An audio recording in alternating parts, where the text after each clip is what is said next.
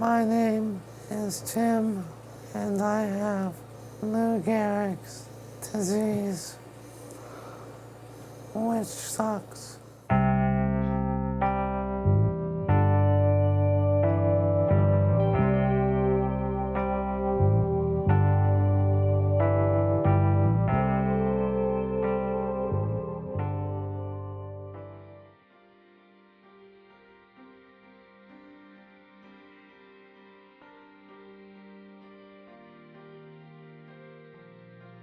Tim asked me to be his power of attorney, which in a sense is, I guess, sort of a caregiving role.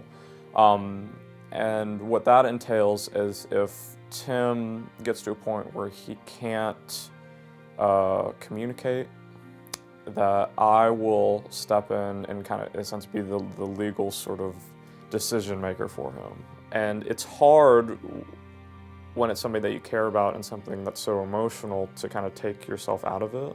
And I think that was one of the reasons why Tim asked me to do this. I mean, it's been a humbling responsibility in a sense, but it's something that I'm happy that I can do for him. It's something very small that I can do, but I know it helps him, at least in a little way, to know that.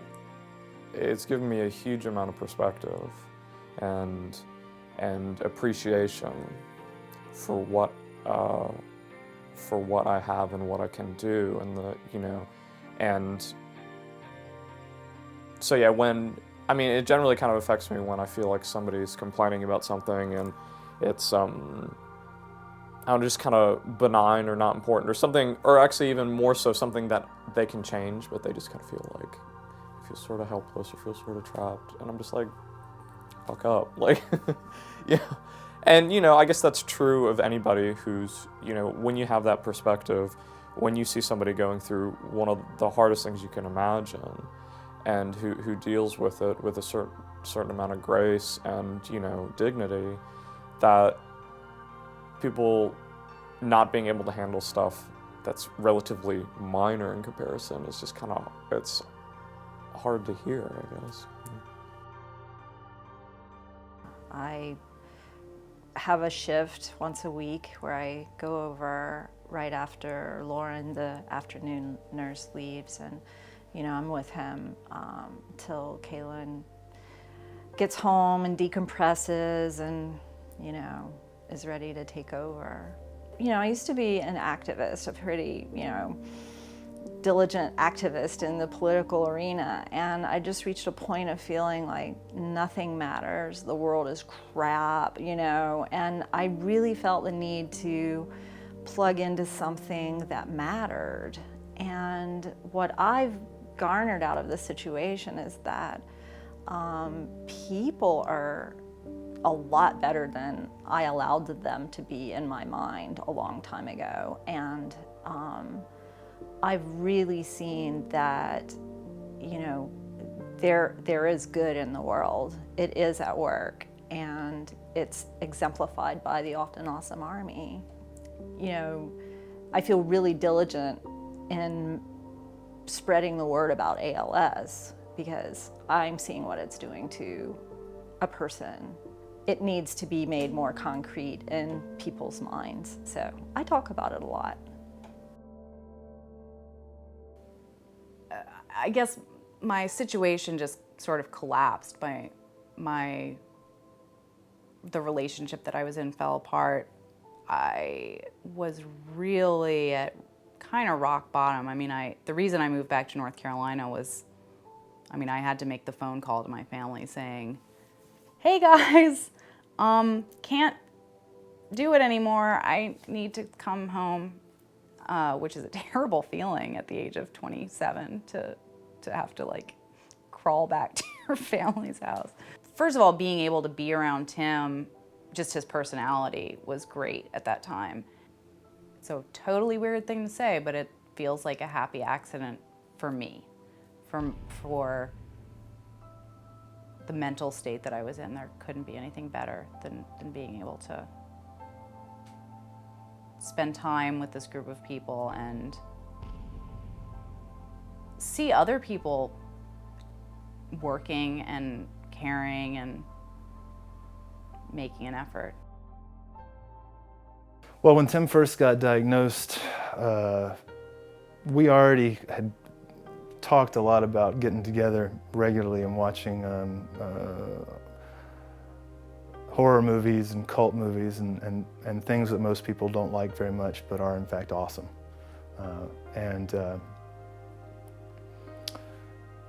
When he got sick and began to lose some of his mobility, we just kind of formalized it to where every Friday I'd come over and bring lunch and we'd watch a couple movies. He'd kind of come up with a theme that he wanted, and we'd program a couple weeks of zombie movies or movies by particular directors or movies with a particular number of naked breasts or whatever. Those were usually the ones I picked out, you know, to make sure that we were getting all different kinds of art represented, like not just blood, not just beasts, but also breasts. The 3 Bs need to be represented. As the illness has progressed, we haven't been able to do it as regularly, but we still try to make time to, you know, just enjoy a good flick and not have to think too much about the medical situation. And I think that that's necessary. It's more important to me to spend as much time as I can with him. And I suppose that's affected me in other relationships as well. It's made the time more important. Being a massage therapist, it just kind of fell into place, and being around Tim before, you know, this may sound odd, but as a therapist, you know, you watch people move, you watch how they walk, and so I kind of knew his movements, and so now that he's, you know, he's pretty much just kind of set there, it's kind of can help me with his direction, custom fit, you know, some range of motion and some different massage techniques that really, you know, kind of exist but kind of don't. It's just something that things that fall into place for Tim. I just feel like I'm around something bigger than all of us when I'm around Tim at this point. So I don't know how that will continue to change me, but right now it just makes me kind of just want to just kind of spew out the love that he puts into me with his eyes. You know, I just want to just put it out in the world because he can't really get out there anymore. Today, it's basically just everything is appreciated completely. It can be kind of life-affirming on the one hand, but it's also really depressing on the other hand. And I have 2 children who I have to try to explain this to, and that's really difficult. So, you know, I have an 8-year-old who's crying and, you know, at night and drawing pictures of him and spirits and things like that in graveyards. It's pretty depressing. Huxley, she's known Tim for a long time, and he used to come over and hang her upside down and, you know, pick them up and do crazy things. He's a big guy. And then he became ill and they would still jump on him. And then I had to tell him they couldn't really jump on him. He can't pick you up anymore. The past 2 years, he's come to Huxley's school, a special Friends Day, and I know he's not going to be able to come this year, and I had to tell her that. And she has a book about ALS, and so she's made these connections now, like, oh, he's in the bed and he has this machine just like in the book. So the book actually wasn't kind of helpful because now she's like, oh, he's got the machine just like that guy in the book, and I know that what's going to happen. I don't know if it's a good thing for an 8-year-old to see, but I guess it's reality, so I don't want to keep her away from Tim and hide it from her either. So, and I cheers Tim up when Huxley and Harper come around. And Harper's only 3 and she doesn't have any idea what's going on, so she always laughs and talks to him. She doesn't get it. I had plenty of I work 8 to 5, but I work for the state. I had a ton of vacation time banked up, and they needed people on a regular schedule, so I told Liz, I was like, give me a half day a week. Really, my motivation was this is a way that I can help Tim. It's a way that I can help Kaylan. I've had to learn to do things that if I thought too closely about it would be scary as hell. Like the fact that I'm, closing up his airway and sticking a tube down his trachea and he can't breathe while I'm doing that, I just, okay, this is what I'm doing, and I don't think about that at the time, it's just, I do what needs to be done. It makes me appreciate life.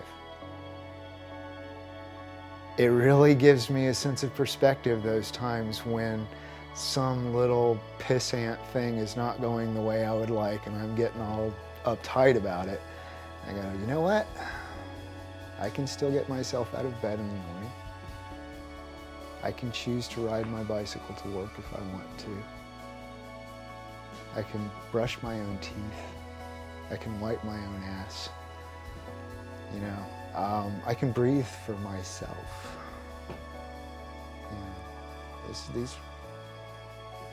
Tim has had all that taken away from him. It really puts things in perspective. Really makes you think about what's important. Well, I'll die trying, I'll never give up. Even when the odds are down, when no one gives a fuck. And even when pigs are flying, hell is frozen up. Well, I'll die trying, I'll never give up. And I know it's hard to love someone whose head is in the stars, but don't give up, hold on soon, until I've kept my promise and have given you the moon. I will die trying, I'll never give up, even when the odds are down, when no one gives a fuck, not even